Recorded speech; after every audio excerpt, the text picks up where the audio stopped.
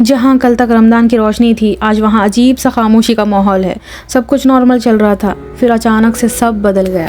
इतने अच्छे रोज़े चल रहे थे, हर जगह रमज़ान की खुशियाँ, रौनक, रोशनी, लेकिन अचानक सब कुछ चेंज हो गया। आज स्टोर में हर शेल्फ खाली था, डिलीवरीज इतने ज़्यादा लेट थे और बहुत अजीब सा खौफ चल रहा है। स्कूल्स भी ऑनलाइन हो गए, बच्चों को समझाना तो बहुत ही मुश्किल चीज़ है।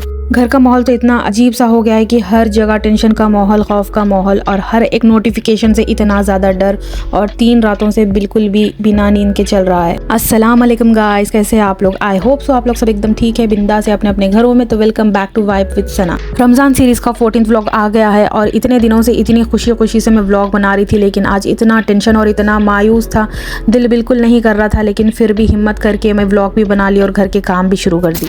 हर सुबह उठ के बच्चों को स्कूल भेजना इतना ज़्यादा टास्क लगता है, लेकिन आज बच्चों को स्कूल तो नहीं भेजे। मेरा ये पहला एक्सपीरियंस था मेरे बेटे के साथ ऑनलाइन क्लास का, क्योंकि वो उनकी पहली ऑनलाइन क्लास थी, उनकी लाइफ की पहली क्लास।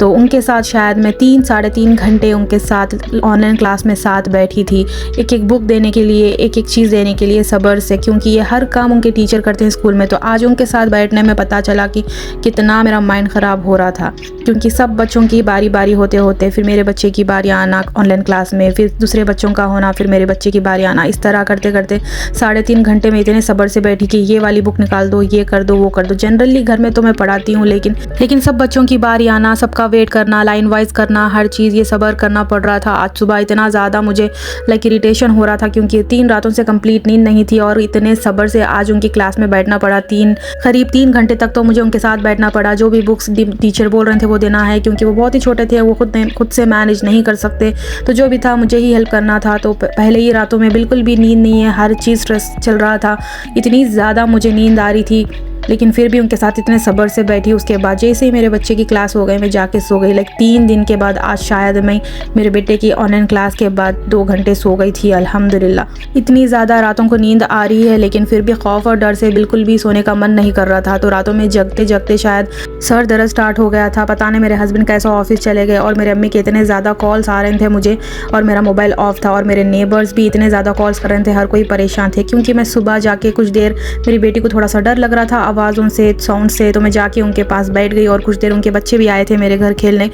ऐसे तैसे स्ट्रेस में मैं फिर भी व्लॉग्स भी एडिट करके अपलोड कर रही थी। मेरा सर इतना ज़्यादा दर्द था, नींद बहुत आ रही थी, सो नहीं पा रहे थे, तो मैं एक पैरासीटामोल टैबलेट लेकर सो गई थी, क्योंकि 3 दिन से शायद मैं सबको रातों में कॉल्स वगैरह कर रही थी, मेरे नेबर्स को, सब लोग जग रहे थे, कोई नहीं सो रहे थे आवाज़ों की वजह से। डर का माहौल, इतना डर का माहौल है यहाँ पे। फिर उसके बाद आज मेरे कॉल्स नहीं रिसीव करने पर मेरे नेबर्स इतने ज़्यादा परेशान हो गए, मेरे अम्मी इतने ज़्यादा परेशान हो गए, पता नहीं मोबाइल कब ऑफ हो गया था।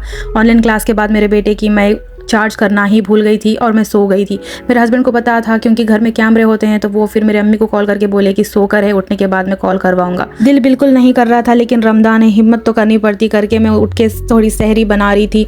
उसके बाद घर इतना ज़्यादा मेस पड़ा हुआ था कि घर की क्लीनिंग भी कर दी मैं, क्योंकि घर की क्लीनिंग होगी तो थोड़ा और रिलैक्सेशन रहेगा, क्योंकि इस माहौल में घर भी क्लीन नहीं रहेगा तो और भी हैवी फील हो रहा था मुझे, तो थोड़ा घर की क्लीनिंग करना था, वो भी कर दी थी मैं। शायद सुबह पानी ऑर्डर करी थी और पानी रात तक भी नहीं आया। फिर मेरे हस्बैंड कॉल करे तो वो बता रहे थे कि सुबह जैसे ही स्टॉक हुआ वाटर हर कोई ले लिए, शायद 4-4 5-5 बॉटल्स हर कोई रीफिल कर रहे थे, शायद हम ही नहीं करे रीफिल।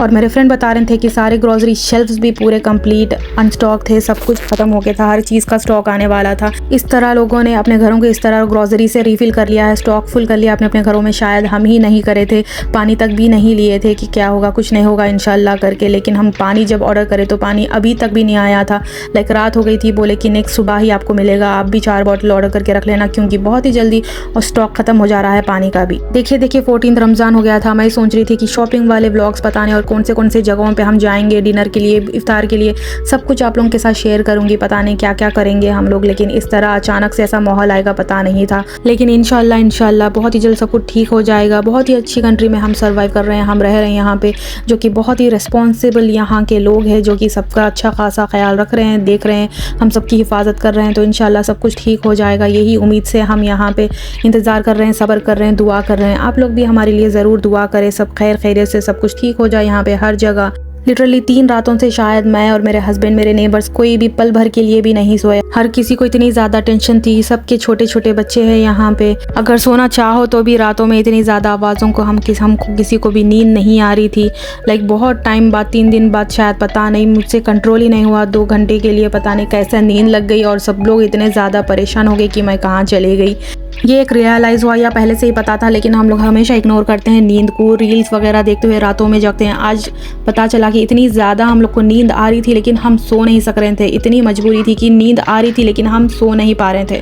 लेकिन सुबह उठे, ऑनलाइन क्लासेस हो गए, उसके बाद थोड़ा बहुत कुकिंग वगैरह करके मैं सो गई। उसके बाद यहाँ पर मैं कुकिंग कर रही थी भाजी गोश्त, क्योंकि इफ्तार में सिर्फ और सिर्फ फ्रूट्स खाए थे, कुछ भी खाने का बिल्कुल भी मन नहीं कर रहा था। सहरी की प्रिपरेशन कर रही हूँ, भाजी गोश्त बना रही हूँ। मैं तो रोज़ा नहीं रख रही थी आज, लेकिन मेरे हस्बैंड ऑब्वियसली रहेंगे रोज़ा, तो उनके लिए बना रही थी मैं। कितना भी थक जाओ, कितना भी स्ट्रेस्ड आउट हो, घर का रूटीन तो कंप्लीट चलता है हमेशा, ये रुकने वाली चीज़ नहीं है। स्पेशली बच्चे हो तो थोड़ा बहुत एडजस्ट कर लेंगे, लेकिन स्पेशली जब घर में छोटे बच्चे हो तो, और रमज़ान का रूटीन भी चल रहा हो, तो किसी तरह घर का रूटीन कंटिन्यू करना ही पड़ता है, कुछ भी हो जाओ। डिलीवरीज भी इतने ज़्यादा लेट हो रहे थे। सामने वाली जो ग्रॉसरी थी हमारी, वहाँ पे स्टॉक बिल्कुल भी नहीं था। कुछ चीज़ें हम लोग ऑनलाइन मंगाए तो इतनी ज़्यादा लेट डिलीवरी आई। लाइक लिटरली कभी शायद 1 घंटा ऐसा कुछ हो जाता है कभी कभी, अगर लेट भी हो जाए तो, लेकिन 4-5 घंटे इस तरह हो गए थे। हम कुछ चीज़ें ऑर्डर करे थे, क्योंकि मोस्ट ऑफ द पीपल ये इसी पे सर्वाइव कर रहे हैं, डिलीवरी से कर रहे हैं, डिलीवरी से मंगा रहे हैं अपने अपने घरों में। बड़े लोग तो सिचुएशन समझ जाते हैं, लेकिन बच्चों को कभी कभी कुछ चीज़ें समझाना बहुत ही ज़्यादा मुश्किल होती है जब इस तरह के सिचुएशंस हो। तो खैर इंशाल्लाह सब कुछ ठीक हो जाएगा। कभी सोची नहीं थी कि मैं ऐसे सिचुएशंस में भी आऊँगी, लेकिन अल्लाह की जो मर्ज़ी है वही होने वाली चीज़ है। मेरे नेबर्स मुझे बोल रहे थे कि अभी हम कुछ नहीं कर सकते, बस अल्लाह अल्लाह करना है करके, इस तरह बोल रहे थे। तो खैर घर का रूटीन, घर के काम, बच्चे, ये सब चीज़ें लाइफ में हमेशा चलती हैं, चाहे कुछ भी सिचुएशन आ जाए, हर चीज़ चलने वाली है, कुछ भी रुकने वाली चीज़ नहीं है। तो खैर ये था मेरा आज का व्लॉग। मैं शेयर करना चाह रही थी आप लोग के साथ कितना स्ट्रेस्ड आउट माहौल हो गया है हमारे घर का और हमारी जगह का। लिटरली 3 रातों से नींद आने पर भी हम सो नहीं सके, ऐसी सिचुएशन हो गई थी हमारी। अगर आपको व्लॉग अच्छा लगा हो, अगर आप भी यहीं आसपास से कहीं हो, तो अगर आपकी सिचुएशन किस तरह चल रही है, आप लोग कैसे फेस कर रहे हो, ज़रूर कमेंट करें। तो तब तक के लिए थैंक यू, बाय बाय, अल्लाह हाफिज़, जज़ाकल्लाह, दुआओं में याद